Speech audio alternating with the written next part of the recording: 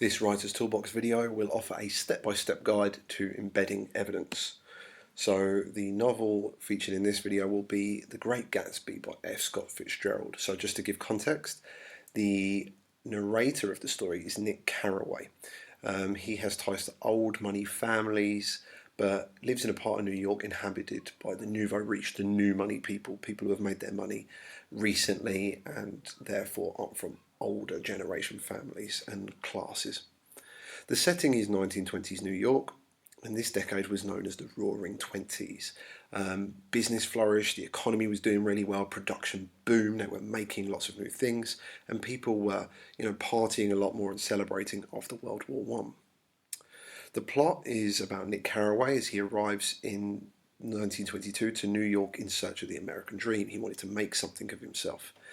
He wants to be a writer, and he moves next door to millionaire Jay Gatsby, who's Leonardo DiCaprio in the film, and across the bay from his cousin Daisy and her sort of immoral and nasty husband Tom.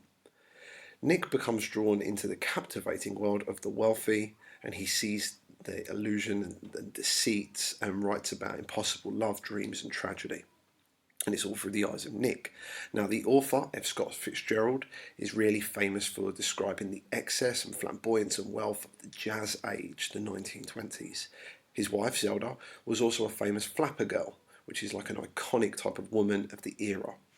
They used to wear short skirts and dance. Now, the question the student was asked is, how does the author depict extreme wealth and excess in the novel? Now, this excerpt is taken from chapter 3, where Nick attends Jay Gatsby's party, his big parties for the first time. And it says, "There was music from my neighbour's house through the summer nights. In his blue gardens, men and girls came and went like moths among the whisperings and champagne and the stars. At high tide in the afternoon, I watched his guest diving from the tower of his raft or taking the sun on the hot sand of his beach, while his 2 motorboats slit the waters. On Mondays, 8 servants, including an extra gardener, toiled all day with mops and scrubbing brushes and hammers and garden shears, repairing the ravages of the night before. Every Friday, 5 crates of oranges and lemons arrived from a fruiterer in New York. Every Monday, these same oranges and lemons left his back door in a pyramid of pulpless halves. There was a machine in the kitchen which could extract the juice from 200 oranges in half an hour if a little button was pressed 200 times by a butler's thumb. At least once a fortnight, a corps of caterers came down with several hundred feet of canvas and enough coloured lights to make a Christmas tree of Gatsby's enormous garden. On buffet tables, garnished with glistening hors d'oeuvres, spice-baked hams, crowded against salads of harlequin designs and pastry pigs and turkeys bewitched to a dark gold. In the main hall, a bar with a real brass rail was set up and stocked with gins and liquors, with cordials so long forgotten that most of his female guests were too young to know one from another. So step 1 is to find appropriate evidence to answer the question. Well, I've put men and girls, like muffs among the whisperings and the champagne and the stars, guests diving from a tower of his raft. On Mondays, 8 servants repaired the ravages of the night before. Every Friday, 5 crates of oranges came, and then on Monday, they were left in a pyramid of halves, finished and eaten.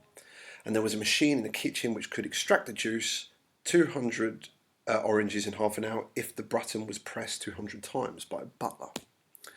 And once a fortnight, a corps of caterers came down, and they had enough coloured lights to make a Christmas tree of the garden, garnished with glittering hors d'oeuvres and turkeys bewitched to a dark gold. So lots of imagery and devices there to describe wealth and excess.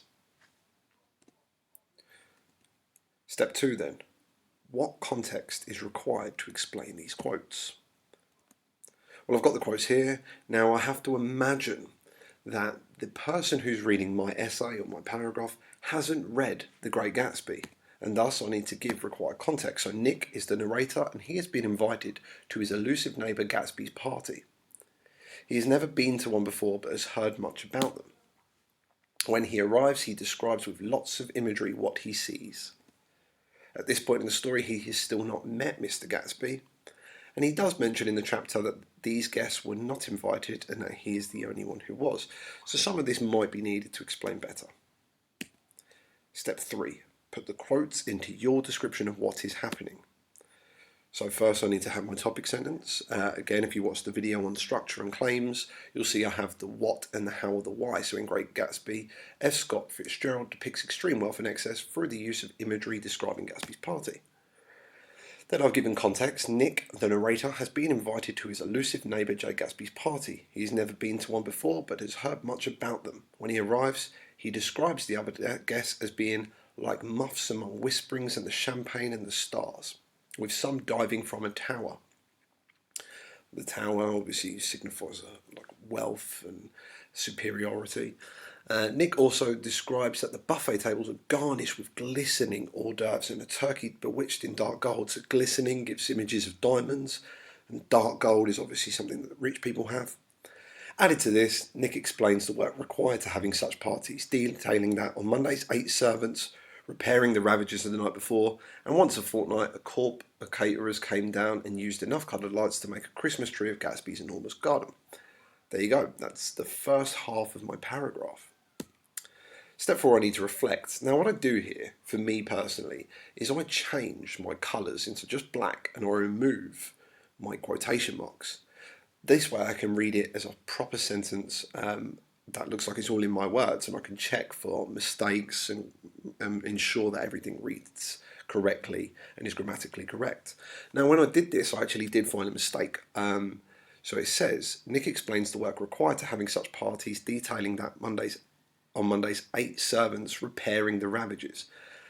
Now on Mondays means a regular thing. It's a schedule, and because of that I need to use verb 1 or the present simple tense. So I needed to change this to repair. Now whenever you make such changes to ensure that it's grammatically correct, you can use the square parentheses as I've done here. We have a instead of the, repair instead of repairing, and used to fit in and make the sentence understandable. Everything makes sense. Perfect job. Let's look at one more example. This time the book is The Grapes of Wrath by John Steinbeck. Now the setting is 1930s America during the Great Depression. The Great Depression was a time after the Wall Street crash of 1929, and where 25% of the people were out of a job and unemployed. Many people lost homes, people lost farms, people became really poor. Added to this, there were also a series of droughts and farms closed. The big drought across the Western Plains was known as the Dust Bowl. Now the plot of the book is, during the Great Depression, it focuses on the Joad family, a poor family of tenant farmers driven from their Oklahoma home by drought and economic hardship. So because of the Great Depression, because of the Dust Bowl, they have to move from Oklahoma to other states in search of work. They were economic migrants.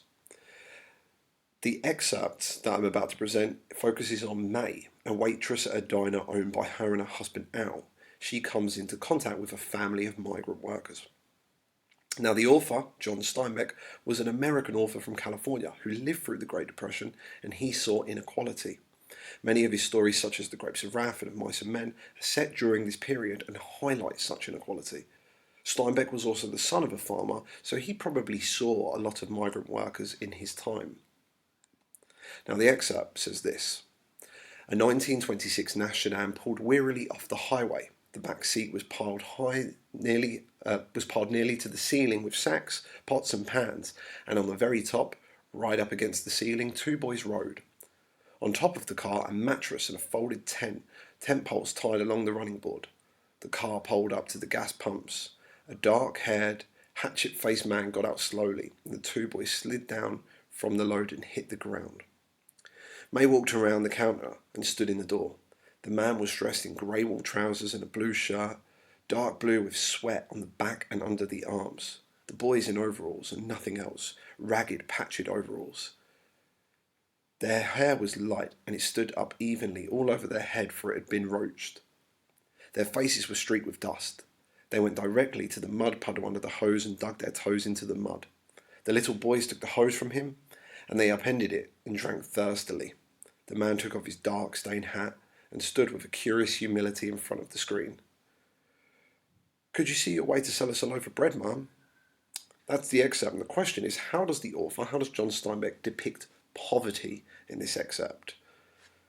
Well, reading it through, I can see that the Nashadan pulled wearily off the highway as if it's tired, and the car has a mattress and a folded tent on top, suggesting they live out the car. The hatchet-faced man's got slowly out. Sounds like he's tired. Hatchet is a tool similar to an axe, suggests he's a worker, he's a tired worker. And the man was dressed in a blue shirt with sweat on the back and under the arms, and the boys had overalls, ragged overalls, and nothing else. Their faces were streaked with dust, and they took a hose and drank thirstily, suggesting that they hadn't drunk in a while. That's the evidence I want. So what context is now required to explain these quotes? Well, put them all there, look at the required context. Well, the family are migrant workers who have lost their farming jobs due to the drought and the Great Depression. They are traveling the country seeking for a new job. They have left from Oklahoma, and they drive to a diner and the man and his two children get out of the car. The excerpt is from chapter 15. Let's put it all together then. So I have my topic sentence again. What's the video and the structure? In Grapes of Wrath, John Steinbeck portrays poverty and its effects in a physical description of migrant workers. In chapter 15, a family of migrant workers from Oklahoma in search of jobs after the farm where they had worked was destroyed by the Dust Bowl. This family pulled wearily off the highway into a diner to stop for supplies. On top of their car was a mattress and a folded tent, and out of the car stepped a hatchet-faced man, wearing a blue shirt with sweat on the back and under the arms. His children, whose faces were streaked with dust, also got out the car and are described as wearing ragged patched overalls and nothing else. I have the citation at the end as well, the author's surname and the page number. Now I've got all that. I need to just check that it's grammatically correct, so I stop, I reflect, I double check. I can put it all in black, take away the quotation marks, reread it, make sure it's correct. If it is, put the colours back, and I'm done. Now, checklist to make sure you're doing everything properly. Have you given enough context and described what is happening in enough detail that someone who has never read the novel would still understand the writing?